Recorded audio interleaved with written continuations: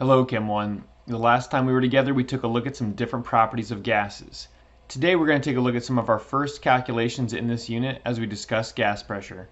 Let's get started.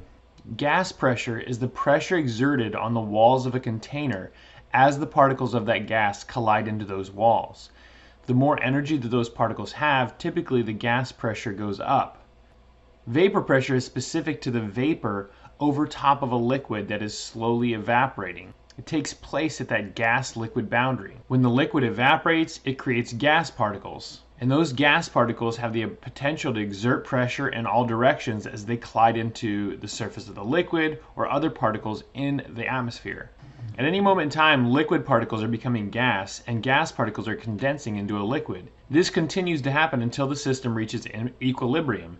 And the only way to change that equilibrium, those rates, is by using temperature. If a liquid becomes more heated, more vaporization will take place, and if it cools down, more condensation will take place. As you can see in this picture, the first graphic shows that there's not a lot of gas particles in the atmosphere. So in this case, more vaporization is going to take place. In the second picture, the vaporization rate is occurring more than the condensation rate, and so over time there will be more gas particles added to the atmosphere. And then in the third picture, we've reached equilibrium. The vaporization rate and the condensation rate are the same, and so there would be no perceived change in the vapor pressure. One way to measure different pressures of gases within a system is with Dalton's Law of partial pressures. This law basically says that the pressure of every gas will add up to equal the total pressure of the system. So you can see here we have the pressure total equals pressure A plus pressure B plus pressure C. This could go on to pressure D and E. It just depends on how many gases you have present in that atmosphere. So if we take a look at a problem here, this says what is the partial pressure of hydrogen gas in a mixture of hydrogen and oxygen with a total pressure of 600 torr. And then the partial pressure of oxygen is 387 torr. So the way we'd write this is the total pressure equals the pressure of O2 plus the pressure of H2. So the total pressure was 600, the pressure of oxygen was 387, and then we did not know the pressure of H2. That's our unknown. So obviously we'd subtract 387 from 600, and we'd get that our pressure of H2 equals 213. And the answer should be in torr. Very simple problem. Identify the total, identify your parts, set up your equation. Here's another problem. This is a sample of oxygen is collected over water at a temperature of 22 degrees Celsius. The pressure of the system was 764.2 millimeters of mercury. What is the pressure of the dry oxygen gas? But before we do that, we kind of need to explain what's actually happening in this experiment. In this experiment, you have two chemicals reacting and it's producing a gas. The chemist wants to collect that gas so he can know how much he's producing. If you look here, here's a similar type problem. We have zinc and hydrochloric acid that are going to react and produce hydrogen gas. This hydrogen gas is going to travel down this tube and we're going to bubble it underwater and try to capture the hydrogen gas in this container. This is a great method for knowing the volume of hydrogen gas that you can collect from this reaction.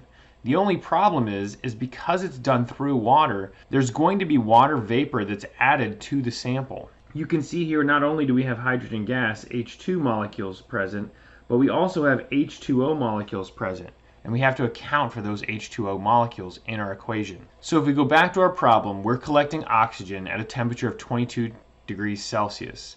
Since the temperature of a gas is what affects its vapor pressure, we can use this water vapor pressure chart to figure out how much pressure will be coming from that water vapor in our experiment. So in this case, we have the total pressure should equal the pressure of the oxygen we're collecting plus the pressure of the water vapor.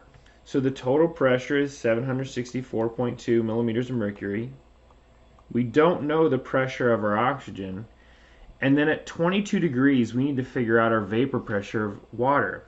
So if we look on this chart, we see that at 22 degrees, our vapor pressure in millimeters of mercury is 19.8. Now we can do our basic subtraction and figure out the pressure of just oxygen, which would be 744.4 millimeters of mercury. The last thing we're going to talk about today is diffusion and effusion. Diffusion you're probably familiar with. This is when particles move from high concentration to low. This is what happens when somebody sprays perfume in one area of a room and then over time it slowly dissipates to the rest of the room. It diffuses to an even concentration.